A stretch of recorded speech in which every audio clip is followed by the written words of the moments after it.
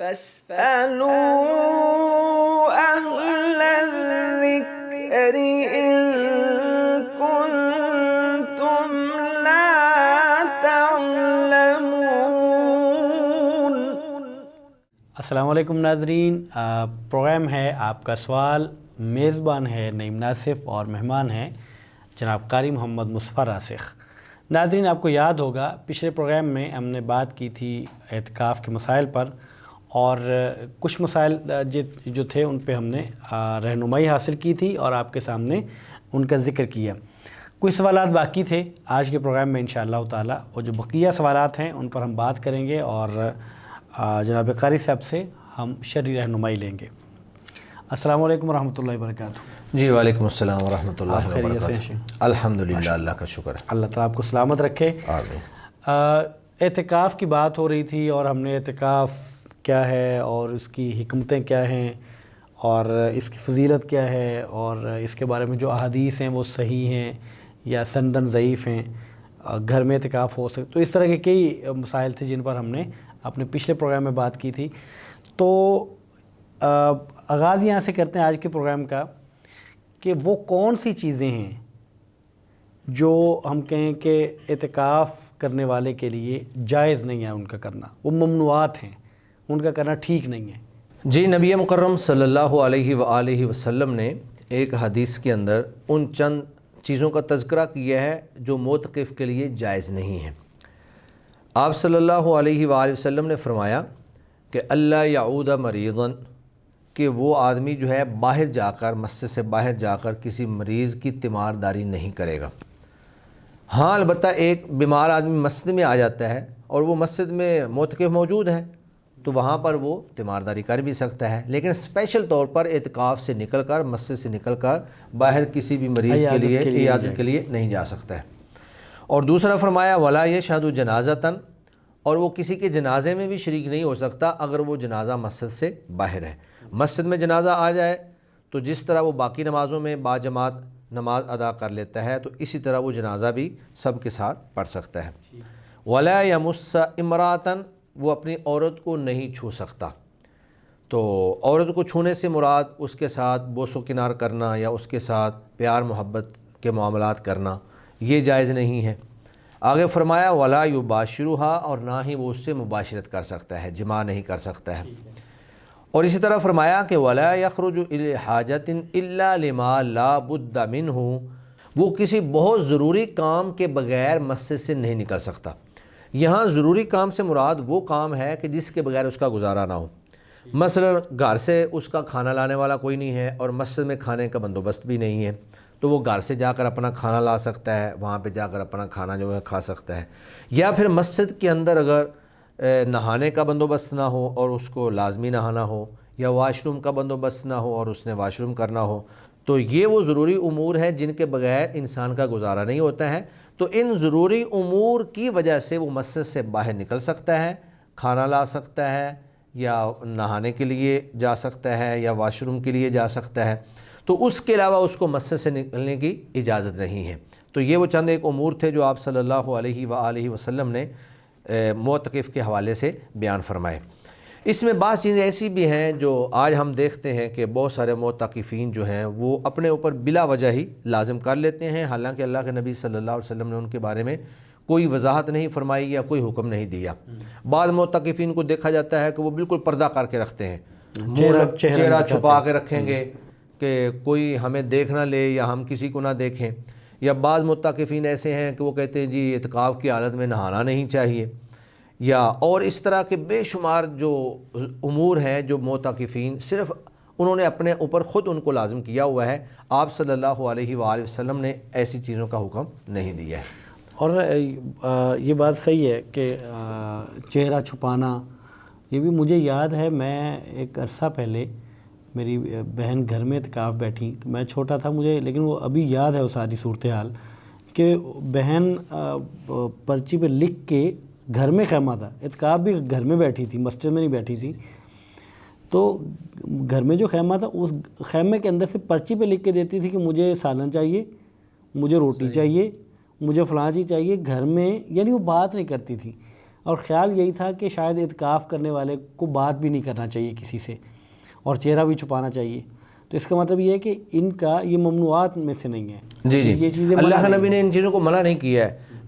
بعض لوگوں کا تو یہ خیال ہے کہ لوگوں کو نہ ہم دیکھ سکیں نہ لوگ ہمیں دیکھ سکیں،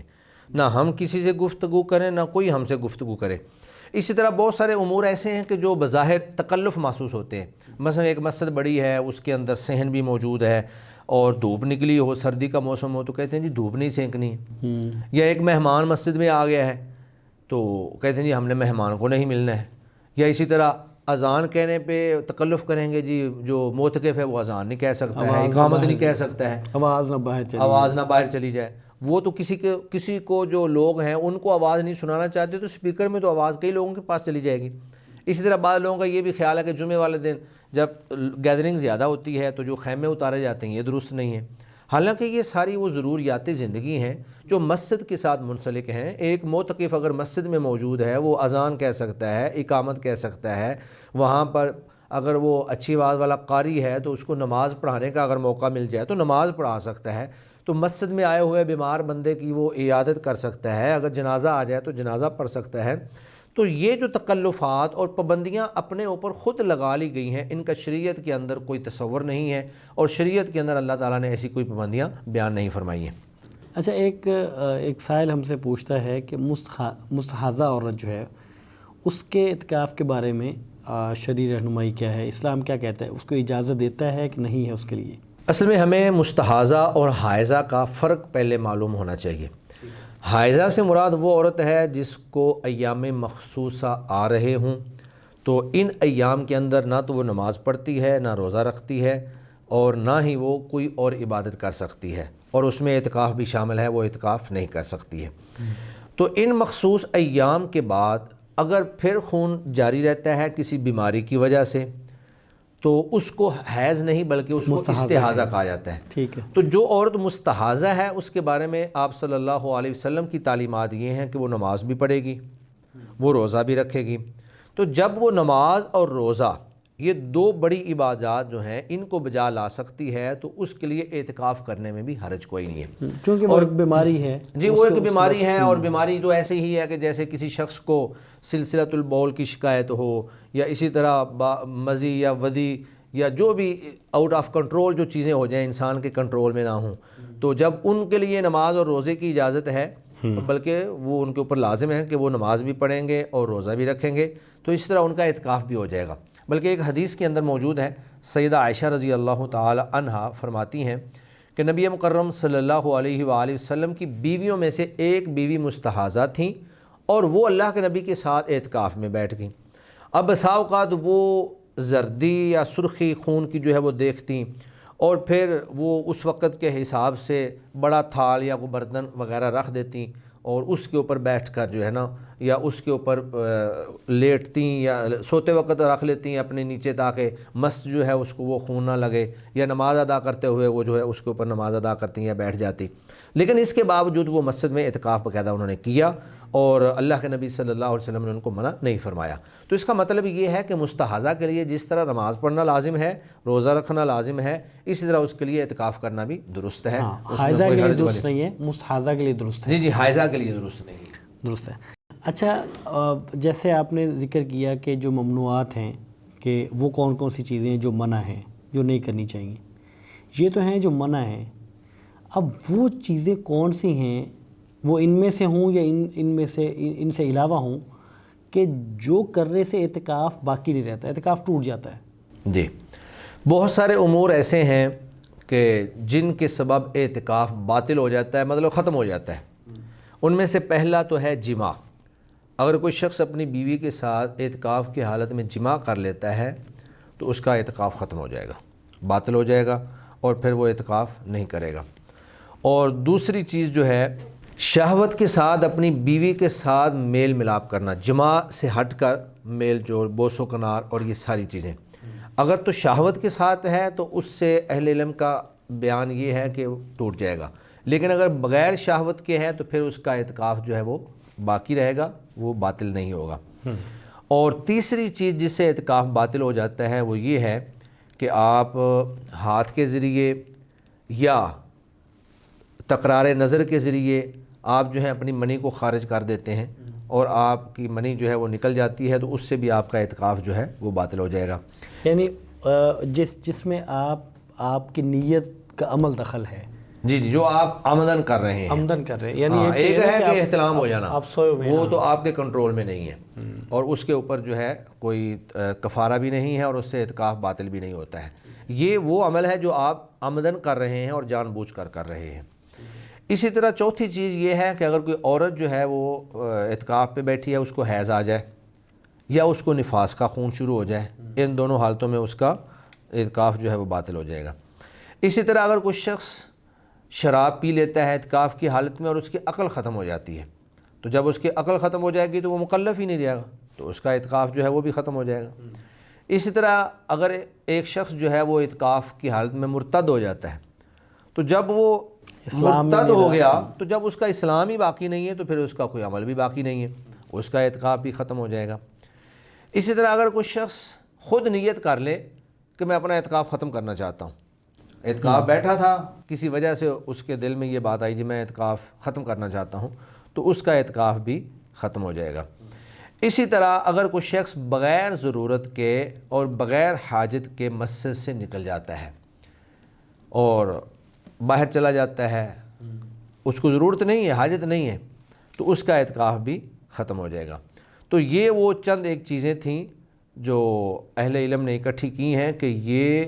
اعتکاف کو باطل کر دینے والی ہیں، اور ان کی وجہ سے انسان کا اعتکاف ختم ہو جاتا ہے اور پھر اس کا اعتکاف جاری نہیں رہتا ہے۔ اچھا شیخ، آپ کہہ رہے ہیں کہ اگر بلا ضرورت وہ مسجد سے باہر چلا جاتا ہے تو اس سے بھی باطل ہو جاتا ہے، اعتکاف ٹوٹ جاتا ہے۔ تو مجھے یہ بتائیے گا کہ ہمارے ہاں یہ بھی ایک مسئلہ رہتا ہے کہ مسجد کی حد بندی کیا ہے، مسجد کی حدود کیا ہیں، ہم کس کو مسجد کہیں گے؟ ایک تو مسجد کی حد عام طور پہ وہ ہوتی ہے نا کہ مسجد کی جو باہر کی دیوار ہے اور جو گیٹ ہے وہ وہاں سے مسجد کا آغاز ہو جاتا ہے۔ بعض لوگ شاید یہ سمجھتے ہیں کہ جو وضو کی جگہ ہے یا جو واش رومز ہیں وہ مسجد میں نہیں ہونے چاہیے، چونکہ مسجد ایک پاکیزہ جگہ ہوتی ہے تو یہ مسجد کا حصہ نہیں ہونا چاہیے، تو وہ جو اندر کا جو ہال ہے یا جو اندر کا گیٹ ہے وہاں سے اس کو سمجھتے ہیں کہ یہ مسجد کی حد ہے۔ ہمیں مسجد کس کو سمجھنا چاہیے، اس کی حد بندی کیا ہوگی؟ مسجد جو ہے وہ جو باہر والی باؤنڈری ہے، باہر والی جو دیوار ہے اور جہاں پہ بڑا گیٹ لگا ہوا ہے، وہ وہاں سے لے کر اندر بے شک صحن ہو یا وہاں پہ پارک بنے ہوئے ہوں یا وہاں پہ راہداریاں ہوں، حتیٰ کہ وہاں پہ اگر پارکنگ بھی ہے، جیسے موٹر سائیکلیں کھڑے کرنے کی جگہ ہوتی ہے، گاڑیاں کھڑی کرنے کی جگہ ہوتی ہے، واش روم، ٹوٹیاں، یہ ساری چیزیں مسجد کے اندر آ جاتی ہیں۔ اگر آپ اس کو صرف وہ چھتی ہوئی جو جگہ ہے جہاں پر وہ ہال ہے اندر والا، اگر اسی کو اگر آپ مسجد شمار کر لیں تو پھر تو صحن جو ہے وہاں پہ اگر کوئی معتکف آ گیا تو اس کا اعتکاف ختم ہو گیا، کوئی آدمی واش روم میں چلا گیا تو اس کا اعتکاف ختم ہو گیا۔ تو یہ سارے کا سارا جو ہے یہ مسجد کا حصہ ہے۔ اب دیکھیں بیت اللہ شریف بہت وسیع عمارت ہے اور وہاں پہ واش روم بہت دور باہر جا کے ہوتے ہیں، اندر تو واش روم ہے ہی نہیں، لیکن جو لوگ وہاں پر اعتکاف کرتے ہیں وہ انہی واش رومز میں جاتے ہیں جو باہر ہے، لیکن وہ جو مین اس کی حد ہے اس باؤنڈری کے اندر ہے، اس کے اندر ہاں اس کے اندر ہے۔ تو اس لیے ہم کہتے ہیں کہ اگر کوئی معتکف دھوپ سینکنا چاہے تو وہ صحن میں بیٹھ کر وہ دھوپ سینک سکتا ہے، اس کے لیے کوئی حرج والی بات نہیں ہے۔ تو پھر اس میں ایک چیز اور بھی ہے، بسا اوقات واش روم لوگ جو ہیں وہ مسجد کے دروازے کے اندر ہی ان کے دروازے ہوتے ہیں، پھر تو وہ مسجد کے اندر ہی ہیں، حتیٰ کہ اگر واش روموں کا دروازہ باہر بھی موجود ہے تو وہ اگر دروازے سے نکل باہر واش روم میں چلا جاتا ہے تو اس میں بھی حرج کوئی نہیں، کیونکہ یہ وہ ضرورت کے تحت جا رہا ہے، کیونکہ اندر ضرورت تھی وہاں موجود نہیں تھے اور وہ باہر گیا ہے تو اس کے اعتکاف پہ انشاءاللہ کوئی اثر نہیں پڑے گا۔ ہم نے بات کی جو چیزیں ٹھیک نہیں ہیں اعتکاف پہ نہیں ہونی چاہیے، اور اس پہ بات کی کہ جن چیزوں سے اعتکاف ٹوٹ جاتا ہے۔ اب وہ جو ہم بات کر رہے تھے کہ بس اوقات ہم تکلف میں پڑ جاتے ہیں اور وہ چیزیں جس کا شریعت نے جس کی اجازت بھی دی ہے وہ بھی خود بھی نہیں لیتے اور شاید دینا بھی نہیں چاہتے معتکفین کو، تو یہ بتائیے گا کہ وہ جائز چیزیں کیا ہیں جو اعتکاف کی صورت میں بجا لائی جا سکتی ہیں جن میں حرج کوئی نہیں ہے؟ جی ہمارے ہاں ایک رواج بن چکا ہے کہ ہم بہت ساری پابندیاں بلا وجہ اپنے اوپر جو ہیں وہ لگا لیتے ہیں اعتکاف کی حالت میں، حالانکہ جو گنجائشیں موجود ہیں، جو رعایتیں موجود ہیں، ان سے ہمیں فائدہ بھی اٹھانا چاہیے۔ تو اعتکاف کی حالت میں مسجد میں کھانا کھانا، پانی پینا یہ معتکف کے لیے جائز ہے۔ اسی طرح معتکف کے لیے مسجد میں سونا یہ بھی بالکل جائز ہے، کیونکہ وہ اب 10 دن جاگ تو نہیں سکتا ہے، اس نے مسجد کے اندر ہی سونا ہے۔ اسی طرح مسجد میں کپڑے بدلنا،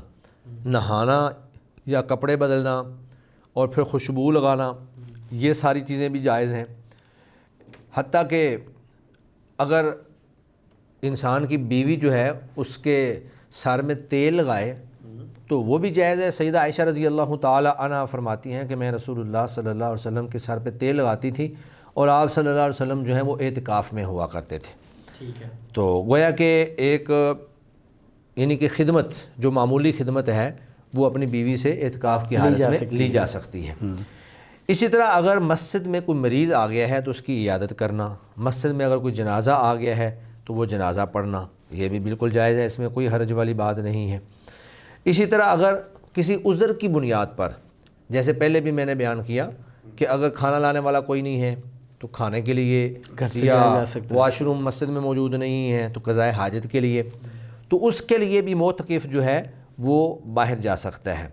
اور اگر وہ اپنی کسی ضرورت کے لیے جا رہا تھا اور رستے میں اس کو مریض کوئی مل گیا تو چلتے چلتے اس کی اگر وہ عیادت کر بھی لیتا ہے تو اس کے لیے بھی کوئی حرج کی بات نہیں ہے۔ اسپیشل وہ عیادت کے لیے نہیں جائے گا، اپنی ضرورت کے لیے جا رہا تھا، وہ ایسے ہی ہے کہ جیسے مسجد میں اس کو مریض مل گیا اور اس نے عیادت کر لی، اور اگر رستے میں اس کو مل گیا باقاعدہ اس نیت سے وہ نہیں گیا ہے۔ اسی طرح اعتکاف میں جو آدمی بیٹھا ہوا ہے اس کے گھر والے، اس کی بیوی بچے وہ اس کو ملنے کے لیے بھی آ سکتے ہیں، جس طرح کہ حضرت صفیہ رضی اللہ تعالی عنہا کی حدیث موجود ہے کہ اللہ کے نبی صلی اللہ علیہ وسلم مسجد میں اعتکاف کر رہے تھے تو حضرت صفیہ ان کے پاس کھڑی تھیں، اور وہ ایک معروف واقعہ ہے کہ پاس سے 2 صحابہ گزرے تو اللہ کے نبی نے ان سے کہا جی آپ کھڑے ہو جائیں، یہ میری بیوی صفیہ ہے۔ تو بہرحال بیوی بچے یا گھر والے جو ہیں وہ معتکف کو ملنے کے لیے بھی آ سکتے ہیں۔ ٹھیک ہے، ایسی کوئی بات نہیں ہے کہ وہ کہے جی کوئی مجھ سے بات نہ کرے، کوئی مجھے دیکھے نہ، یا کوئی مجھے ملنے کے لیے نہ آئے، نعوذ باللہ میں اچھوت ہو گیا ہوں۔ ہاں بالکل۔ اور پھر اسی طرح ایک علماء نے یہ بات بھی لکھی ہے کہ معتکف جو ہے وہ اگر مسجد میں اس کا نکاح ہو جائے تو وہ مسجد میں شادی بھی کر سکتا ہے۔ اچھا، شادی پہ بھی کوئی پابندی نہیں ہے، اور اگر کسی کا نکاح ہو تو اس میں حاضر بھی ہو سکتا ہے مسجد کے اندر۔ اسی طرح وہ اذان کہہ سکتا ہے، اقامت کہہ سکتا ہے، اور کسی کو خوش آمدید کہہ سکتا ہے۔ تو اسی طرح اگر اس کی قوم کے اندر لڑائی جھگڑا ہو جائے تو مسجد میں اگر صلح کا معاملہ ہو تو وہ مسجد میں وہاں رہ کر صلح بھی کروا سکتا ہے۔ تو یہ وہ ساری چیزیں ہیں جو کہ اعتکاف کے اندر جائز ہیں، اور ان کے اوپر بلا وجہ کی پابندیاں لگانا اور بلا وجہ تکلف کرنا شریعت جو ہے اس کی حوصلہ افزائی نہیں کرتی ہے۔ ٹھیک ہے۔ اچھا، اس کے کچھ ایسی کوئی شرطیں بھی ہیں اعتکاف کے لیے؟ جی، جس طرح باقی عبادات کے لیے شرطیں ہیں اس طرح اعتکاف بھی ایک چونکہ عبادت ہے، اس کے لیے بھی شرط ہے کہ اعتکاف کرنے والا مسلمان ہو، عاقل ہو، بالغ ہو، تمیز رکھنے والا ہو، بے شک وہ مرد ہو یا عورت ہو، اور اسی طرح اس کے لیے یہ شرط ہے کہ وہ حد سے اکبر اور حد سے اصغر دونوں سے پاک ہو۔ تو جو آدمی نجس ہے اس کو فوراً وہاں سے مسجد سے نکل جانا چاہیے اور وہ طہارت حاصل کرے، اور پھر اس کے بعد جو ہے وہ مسجد میں آ جائے۔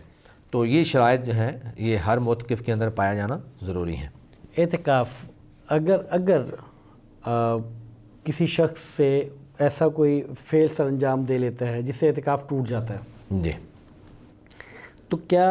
پھر کیا کرے؟ اعتکاف تو اس کا ٹوٹ گیا، اب وہ کیا کرے کہ اس کی قضا ہوگی یا کہ اس کی کوئی اور صورت بنے گی؟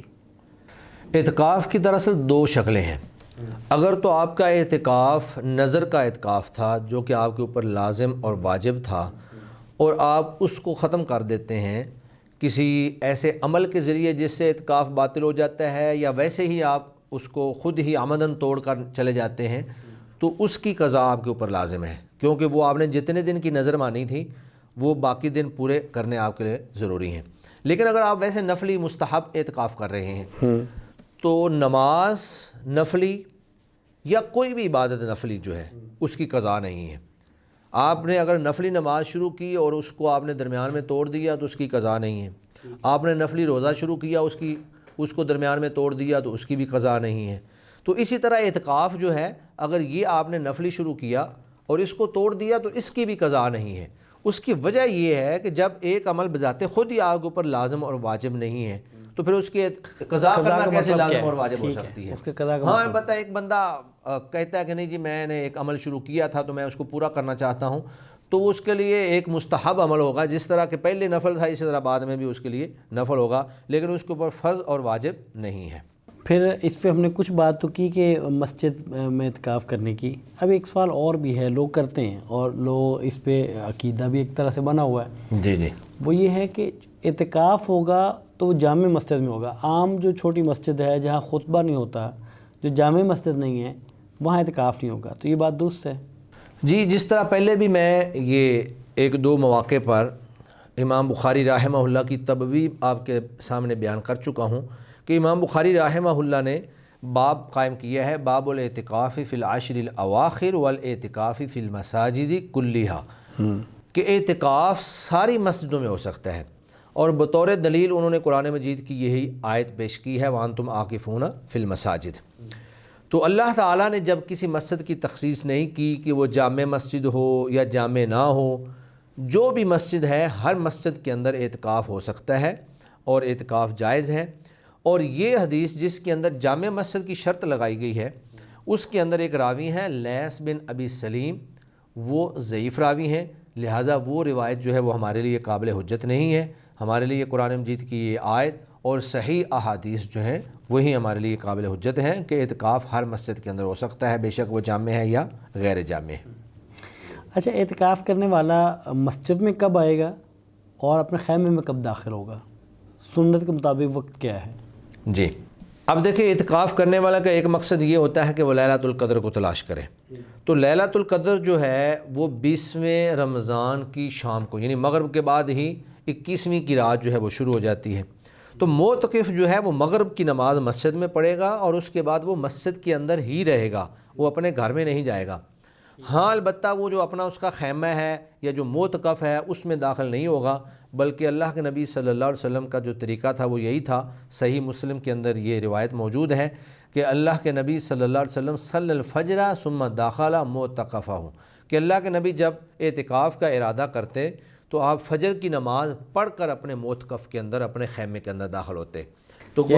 مسجد میں رات وہ معتکف جو ہے وہ رات مسجد میں گزارے گا، رات مسجد میں گزارے گا، خیمے میں نہیں، خیمے میں نہیں گزارے خیمے میں داخل ہوگا فجر کے بعد، ٹھیک ہے، تو باقی ساری رات وہ عبادت میں مصروف رہے گا، جو بھی جس طرح کی عبادات ہے وہ کرتا رہے گا۔ ٹھیک ہے۔ اچھا، ہمارے ہاں اس دفعہ یہ جو مسئلہ ہوا کرونا کا، تو پھر وہ اس طرح کی وبا آئے نا تو کچھ چیزیں بڑی کلیئر ہو کے سامنے آتی ہیں۔ اب اس صورتحال میں پھر ایک سوال کھڑا ہو گیا کہ مثال کے طور پہ لوگ بچ بھی رہے ہیں، ظاہر صحت کے مسائل ہیں اور حکومت نے SOPs بھی جاری کیے ہیں، تو سوال یہ بنتا ہے کہ اگر کسی مسجد میں عام طور پہ بغیر کسی وبا کے یا وبا اور بیماری کے ساتھ اعتکاف نہیں بیٹھا جا سکتا کسی مسجد میں، تو کیا اس کا گناہ تو نہیں ہے؟ کیا ہر مسجد میں کم از کم ایک اور زیادہ سے زیادہ جتنے بھی ہو جائیں ان افراد کا اعتکاف بیٹھنا ضروری ہے؟ کوئی ضروری نہیں ہے، ایک مسجد میں یا 2 میں یا 10 میں یا 20 میں اگر ایک بندہ بھی اعتکاف میں نہیں بیٹھتا ہے تو اس سے کسی کے اوپر بھی یا امت کے اوپر بھی یا اس محلے والوں کے اوپر بھی یا مسلمانوں کے اوپر کوئی گناہ نہیں ہے، کیونکہ یہ فرض نہیں ہے، نہ یہ فرض عین ہے اور نہ ہی یہ فرض کفایہ ہے۔ اگر یہ فرض کفایہ ہوتا تو ہم کہتے جی چلیں کوئی ایک آدھ آدمی بیٹھ جائے تو باقیوں کی طرف سے کفایت کر جائے گا، یہ ایک مستحب عمل ہے، سنت ہے، تو اگر کسی مسجد میں کوئی بندہ بھی نہیں بیٹھا ہے تو کوئی ایسا تقاضا یا کوئی ایسی روایت یا کوئی ایسی نص نہیں ہے جس میں سب لوگوں کو گناہ گار یا ان کو مجرم یا ان کو جو ہے ترغیب دی گئی ہو کہ ہر مسجد کے اندر کوئی نہ کوئی بندہ لازمی ہونا چاہیے، ایسی کوئی نص جو ہے وہ موجود نہیں ہے۔ اچھا، ایک سائل کہتے ہیں کہ ایک تو ہے نا کہ انسان روزہ اس سے ٹوٹ جائے جہالت کی وجہ سے یا اپنی خواہشات سے مغلوب ہو کے، یا جتنے روزہ توڑنے والی جو چیزیں ہیں ان میں سے کوئی ایک وہ بجا لے ہے۔ ایک یہ ہے کہ انسان پہ ایسی ضرورت بن جاتی ہے، اس کی ایک مجبوری بن جاتی ہے، کوئی ایسی صحت کے مسائل ہو جاتے ہیں یا کوئی ایسا سنگین مسئلہ ہو جائے، کوئی شرعی عذر بن جاتا ہے، کوئی شرعی عذر بن جائے، تو کیا ایسی صورت میں ایک معتکف اپنا اعتکاف توڑ سکتا ہے؟ تو یہ تو دیکھیں یہ سارے اضطراری کیفیتیں ہیں، لا یکلف اللہ نفسا الا وسعها، اللہ تعالیٰ انسان کو اس کی طاقت سے زیادہ تکلیف نہیں دیتے ہیں، اضطراری کیفیت میں مجبوری کی حالت میں آپ نماز بھی توڑ سکتے ہیں، آپ روزہ بھی توڑ سکتے ہیں، آپ اعتکاف بھی توڑ سکتے ہیں، تو اس میں تو انسان کا کوئی اپنے بس والی بات ہی نہیں ہے۔ تو جب آپ کے اوپر کوئی ایسی کیفیت طاری ہو جائے کہ جس میں آپ کو اپنی جان کا خطرہ ہو یا آپ کو اپنی ہلاکت کا اندیشہ ہو تو آپ اعتکاف ختم کر سکتے ہیں، اس میں کوئی حرج والی بات نہیں ہے۔ تو ظاہر ہے اگر پہلے ہم نے اس پہ بات کر لی جی کہ اعتکاف چونکہ سنت ہے، فرض ہے نہیں، تو اس کا قضا بھی نہیں اس کی ہوگی، قضا بھی پھر نہیں ہوگی، اور جب قضا نہیں ہے تو پھر اس کا کفارہ بھی نہیں ہوگا۔ کفارہ بھی نہیں ہے، الا یہ کہ وہ نظر کا آپ کا وہ تو ایک چل رہا فرض ہو، ہوگی نا، ہاں وہ نظر کی وجہ سے فرض ہوا۔ شیخ جزاکم اللہ خیر، ہمارے پروگرام کا وقت ختم ہوتا ہے۔ ناظرین، یہ تھے اعتکاف